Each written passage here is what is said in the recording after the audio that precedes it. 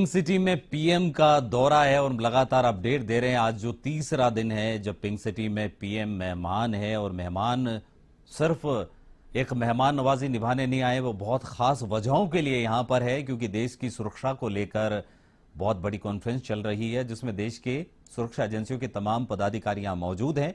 और हम आपको राजभवन से अभी थोड़ी देर पहले तस्वीरें दिखाई थी जब पीएम मोदी का काफिला रवाना हुआ था, वहां पे ये हलचल चल रही थी और अब आरईसी पहुंचना है, वहां राजस्थान इंटरनेशनल सेंटर जहां पर ये कॉन्फ्रेंस चल रही है।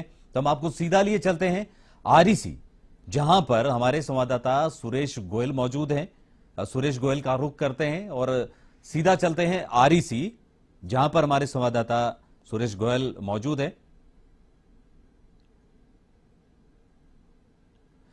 जी सुरेश, आज तीसरा दिन है जो कॉन्फ्रेंस चल रही है, बहुत महत्वपूर्ण विषयों पर हो रही है और राजस्थान जिसकी मेजबानी कर रहा है, आज तीसरा दिन है, समापन होने का है। तो क्या अपडेट, अभी ताजा अपडेट, क्या नरेंद्र मोदी प्रधानमंत्री वहां पहुंच चुके हैं या पहुंचने वाले हैं?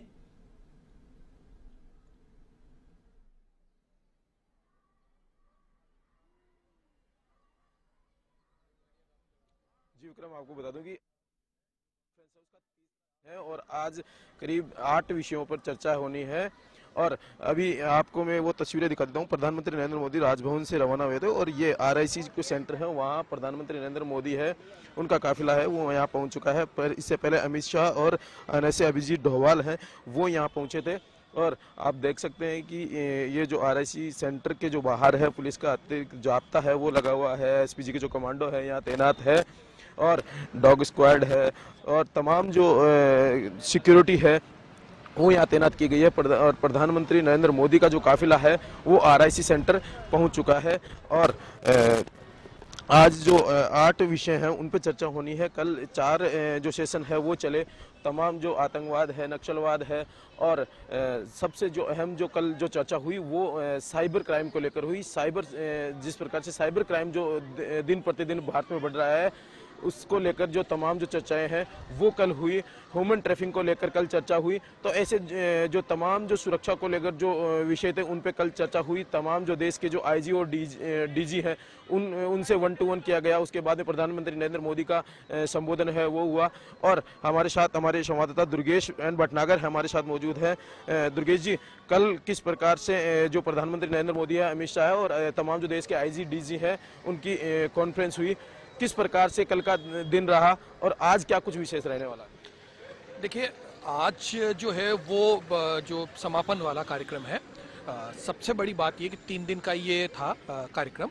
पहले दिन तो इंट्रोड्यूस हुए हैं और उसके बाद इंट्रोडक्टरल स्पीचेस हुई थी और उसके बाद सेकंड डे यानी कि कल जो है सबसे इम्पोर्टेंट दिन था। कल जो है जितने भी डीजीपीज हैं उन्होंने अपना अपना स्टेट का जो है प्रेजेंटेशन जो है वो गृह मंत्री और प्रधानमंत्री के सामने रखा है। क्या कुछ चुनौतियां हैं उनके स्टेट की, उनको उसमें इंगित किया गया है और क्या कुछ आने वाले 10 सालों में, आने वाले 50 सालों में किस तरीके का वहाँ पर चुनौतियां होने वाली है उसको भी उस प्रेजेंटेशन में शुमार किया गया था। और सबसे बड़ी बात कि किस तरीके से टेक्नोलॉजी को जो है वो साझा करते हुए किस तरीके से आगे की रणनीति बनाई जाए, इसके ऊपर जो है प्रेजेंटेशन लाने को डीजीपी को कहा गया था। तो वो उन्होंने सारा जो प्रेजेंटेशन है वो रखा। कल की अगर बात करें तो प्रधानमंत्री ने केवल एक अच्छे श्रोता की तरह सारा सब कुछ सुना है। देखिए, प्रधानमंत्री के साथ एक सबसे बड़ी बात यह है कि सुनने का बहुत बड़ा उनका मादा है और जो सुनता है नेतृत्व वो करता है, ये बिल्कुल सही बात है। प्रधानमंत्री पहले सबको सुनते हैं, उसके बाद जो अपनी बात है, उनकी जो कमियां हैं, जो खामियां हैं, उनको किस तरीके से दुरुस्त किया जा सके, चीज़ों को किस तरीके से इम्प्लीमेंट किया जा सकता है, धरातल पे किस तरीके से लाया जा सके, ये सारी जो इम्पोर्टेंस जो है, ये सारी चीज़ों को देखने के बाद वो अपनी बात रखते हैं। तो वो बात रखने का दिन जो है वो आज है। आज 2 सेशन होने हैं।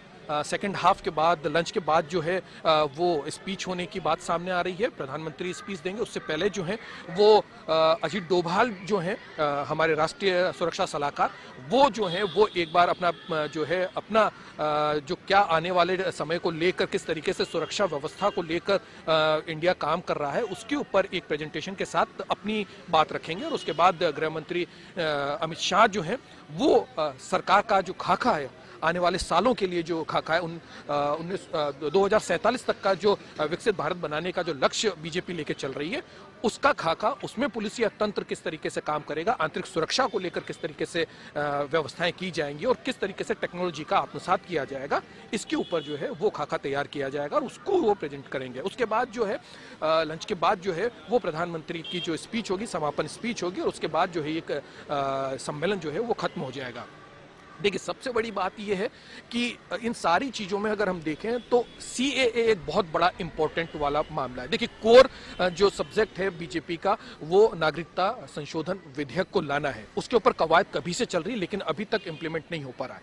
लेकिन 2024 के जो ये आने वाले लोकसभा के चुनाव हैं, इसके बाद इसके ऊपर जो है वो काम होने लगेगा और ये उसी का खाका तैयार हो रहा है। देखिए, जिस तरीके की स्थिति है, मोदी के काम करने का अगर हम तरीका देखें, प्रधानमंत्री के काम करने का तरीका देखें, तो वो ग्राउंड पे पहले वर्क करते हैं। जब हम 370 को हटाने की बात आई थी, 35A को हटाने की बात आई थी, तो उससे पहले एक परसेप्शन माइंडसेट ये था कि साहब खून की नदियां बह जाएंगी और जो है अनरेस्ट हो जाएगा और भारत पाक युद्ध हो जाएगा, इस तरीके की बातें थी। लेकिन उसके ऊपर ग्राउंड पर जब उसको काम किया गया तो एक मक्खी तक नहीं मरी और स्थिति ये थी कि बहुत अच्छी तरीके से वो सब कुछ चीजें हो गई, अमेंडमेंट हो गया उस कानून का भी। और आज कश्मीर की स्थिति बिल्कुल अलग है, डेवलपमेंट की तरफ तेजी से जो कश्मीर बढ़ता हुआ नजर आ रहा है। तो सीएए ये बहुत कोर एजेंडा है, क्योंकि समान नागरिक संहिता ये इनका बीजेपी का कोर एजेंडा है। इसको किस तरीके से इंप्लीमेंट करना है, इसका खाका जो है वो तैयार किया जा रहा है। क्योंकि देखिए, आंतरिक सुरक्षा जो है पुलिस के हाथ में है।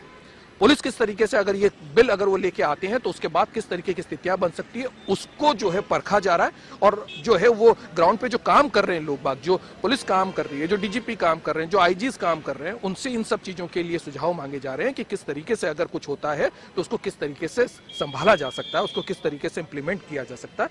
ये एक बहुत बड़ा जो है मसला इस डीजीपी कॉन्फ्रेंस का इस बार रहने वाला है। देखिए, साइबर अटैक्स लगातार बढ़ रहे हैं, ये ग्लोबल चुनौती बनती जा रही है। इस पर हम किस तरीके से करें, डेटा की जो थेफ्टिंग है वो हो रही है, डेटा चोरी हो रहा है, तो ये भी एक सबसे बड़ा। तो आदमी की जो अपनी कहना चाहिए कि उसकी जो पर्सनल जो डेटाज हैं वो लगातार जो हैं वो लीक हो रहे हैं।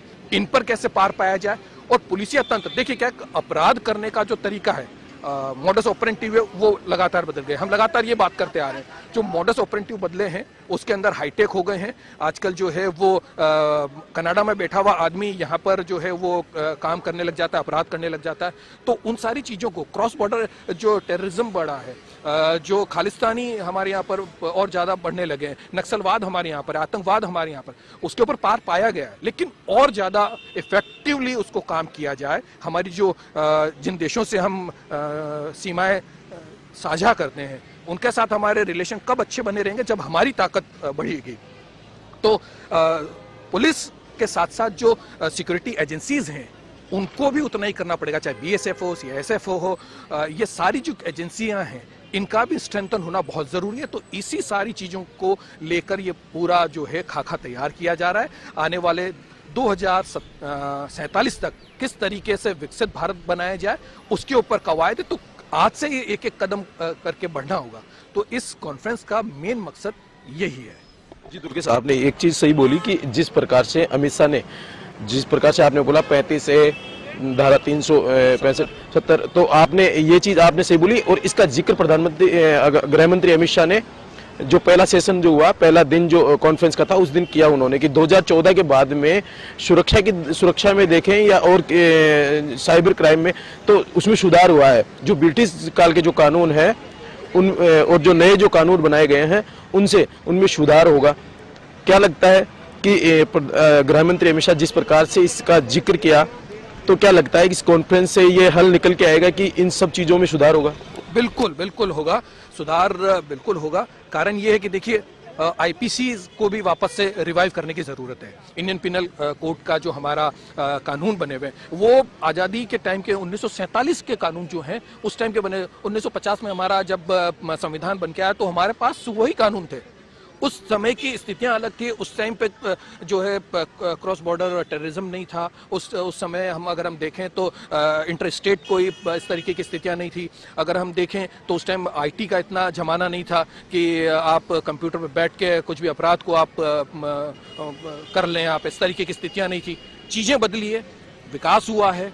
हर जगह टेक्नोलॉजी बदली है, तो उसके साथ साथ कानून भी बदलने पड़ेंगे। मॉडल्स ऑपरेटिव बदले हैं, तो उसके हिसाब से हमको कानून लाने पड़ेंगे। और यही जो है लगातार गृह मंत्री अपनी हर स्पीच में, इवन संसद में भी उन्होंने इन चीजों को कहा है कि वो जो पुराने कानून है वो इस तरीके से थोप दिए गए, वो उसकी वजह से क्या हो रहा है कि जो हमको जो न्याय मिलना चाहिए उसमें डिले हो रहा है। तो वो डिले जो है उसको कैसे कम किया जाए।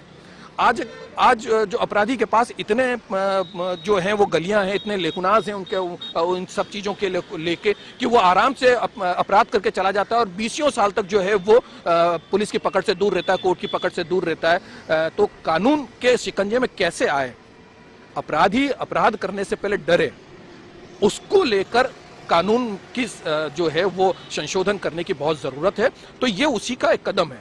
देखिए, आंतरिक सुरक्षा किसके हाथ में है? पुलिस के हाथ में। इसलिए जब तक लोगों में जब तक भय कम नहीं होगा और ये भय जो है अपराधियों में नहीं जाएगा, तब तक जो है वो आंतरिक सुरक्षा नहीं हो सकती। किसी भी देश की प्रगति के लिए वहां की सुरक्षा व्यवस्था, आंतरिक सुरक्षा बहुत जरूरी है। कोई भी इन्वेस्टमेंट करेगा तो 10 बार सोचेगा कि भाई मुझे सुरक्षा मिलेगी कि नहीं मिलेगी, मैं इतना पैसा यहाँ पर लगाऊंगा तो क्या उसका मुझे वापस रिटर्न मिलेगा कि नहीं मिलेगा, या मुझे लूट लिया जाएगा, या मेरे साथ अपराध हो जाएंगे। तो ये सारी चीजें होती, कोई भी एक इन्वेस्ट करने वाला होता है। तो हम इन्वेस्टमेंट के तौर पर देखें, अगर भारत को चहुमुखी विकास की तरफ ले जाने की बात है तो हमको वो सब चीजें देखनी होगी। तो इसी के ऊपर जो है काम करा, और इसका सबसे बड़ा इंपॉर्टेंट जो चीज होती है वो सुरक्षा होती है। आंतरिक सुरक्षा बहुत जरूरी है। देखिए, मिलिट्री के हमारी स्ट्रेंथन हुई है, लगातार हम जो है वो हथियार खरीद रहे हैं, हम नई टेक्नोलॉजीज जो हैं वो लगातार खरीद रहे हैं। हमारा इसरो की अगर हम बात करें तो वो भी लगातार स्ट्रेंथन होता जा रहा है। तो अब जरूरत है आंतरिक सुरक्षा की, और आंतरिक सुरक्षा का जो सबसे बड़ा जो मुख्य उसको देने का काम करता है वो पुलिसिया तंत्र करता है। तो पुलिस जब तक सुदृढ़ नहीं होगी, जो भ्रष्टाचार जो पुलिसिया तंत्र के अंदर है, इस पूरे सिस्टम में है, उसको कैसे कम किया जाए, इन सारे विषयों को छुआ जा रहा है, उन सारे विषयों पर बातचीत की जा रही है, एक्सपर्ट्स के राय ली जा रही है। और उसके बाद पहले ये सामने आ रहा था कि कल के जो सेशंस होंगे उसके अंदर 1 to 1 बात करेंगे। 1 to 1 बात करने की बात नहीं थी। उन्होंने, मोदी ने एक स्टेट के डीजीपी के साथ बात तो की है, लेकिन केवल उनको सुना है। कोई अपनी तरफ से कोई जो है वो कोई राय प्रकट नहीं की है, केवल सुना है अभी तक मोदी ने। और अब मोदी जब सारा सब कुछ सुनने के बाद अब अपनी बात जो है वो कंक्लूजन में लेके आएंगे। और आज जो है वो बहुत इंपॉर्टेंट है, क्योंकि प्रधानमंत्री खुद जो है वो स्पीच देने वाले हैं। उनका आगे का क्या खाका है, उनका किस जो लाइन ऑफ एक्शन पे वो चलने वाले हैं, उनकी सरकार किस तरीके से काम करने वाली, इन सब का जो है वो प्रेजेंटेशन जो है मोदी अपने संबोधन में देने वाले हैं। दुर्गेश जी, कल जिस प्रकार से साइबर क्राइम को लेकर सबसे ज्यादा जोर दिया गया, कल के सेशन में साइबर क्राइम को लेकर सबसे 1 to 1 किया गया और साइबर क्राइम को किस प्रकार से रोका जाए। लेकिन ये जो साइबर जो ठग होते हैं, पूरे भारत में इनका जाल फैला हुआ है और पुलिस और प्रशासनिक कई ऐसे अधिकारी हैं या डिपार्टमेंट है वो खुद भी इनसे बच नहीं पाते हैं।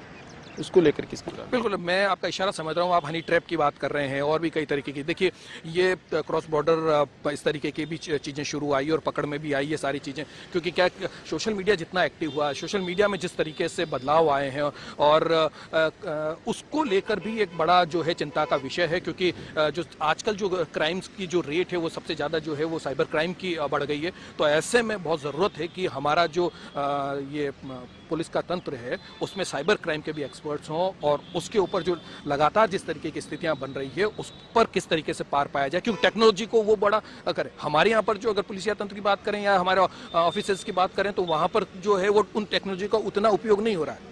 देखिए, मोदी डिजिटल युग के आदमी हैं। मोदी ने जिस तरीके से डिजिटलाइजेशन किया है, उन सारी चीज़ों को लेकर वो आए हैं। तो वो चाहते हैं कि ये जो डिजिटल क्रांति है ये केवल लोगों के लिए नहीं रहे, उन अपराधियों के लिए नहीं, ये डिजिटल क्रांति सिस्टम में आनी बहुत जरूरी है।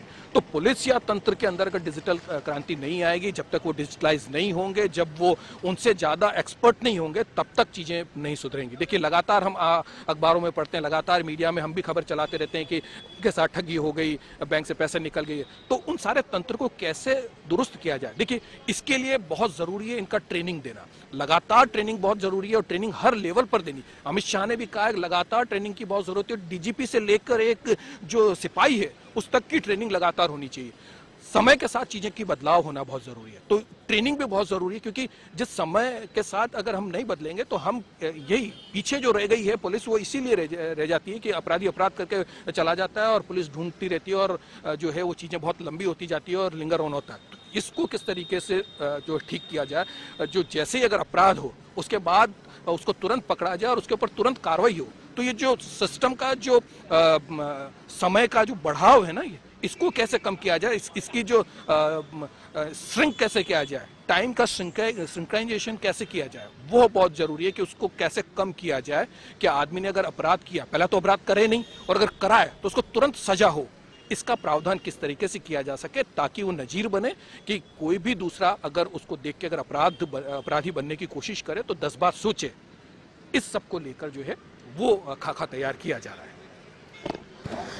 जी दुर्गेश जी, ये दुर्गेश जी अभी बता रहे थे कि जिस प्रकार से पुलिस जो तंत्र है उसको किस प्रकार से मजबूत किया जाए और अपराधी अपराध करने से डरे, अपराध करे और उसके पे पुलिस जो एक्शन है वो तुरंत किस प्रकार से पुलिस का एक्शन हो। और वो ये अभी पिछले कुछ दिनों राजस्थान में भी देखने को मिला, जिस प्रकार से राष्ट्रीय राजपूत करणी सेना के जो राष्ट्रीय अध्यक्ष थे सुखदेव सिंह गोगामेडी, उनकी गोली मारकर हत्या की गई और उसके बाद में तुरंत 72 घंटे में पुलिस ने अपराधियों को पकड़ा और एक SIT गठित की और SIT गठित करने के बाद तुरंत 72 घंटे में आरोपियों को पकड़ा। तो कहीं ना कहीं ये चीज हम समझ सकते हैं कि पुलिस का जो काम है वो एकदम सटीक है और पुलिस हमेशा सजग रहती है, लेकिन उसको किस प्रकार से और सुदृढ़ किया जाए, इन तमाम विषयों को लेकर ये जो 3 दिन की जो प्रेस कॉन्फ्रेंस है उसको लेकर ये जो चर्चाएं हैं वो की जा रही है। इसका आज अंतिम दिन है। जी विक्रम। जी सुरेश, आपने और दुर्गेश एन भटनागर ने पूरी विस्तार से जानकारी दी। आप लोग बने रहिए वहीं पर और अपडेट पर आप नजर बनाए रखिएगा। आपसे हम अपडेट लेते रहेंगे।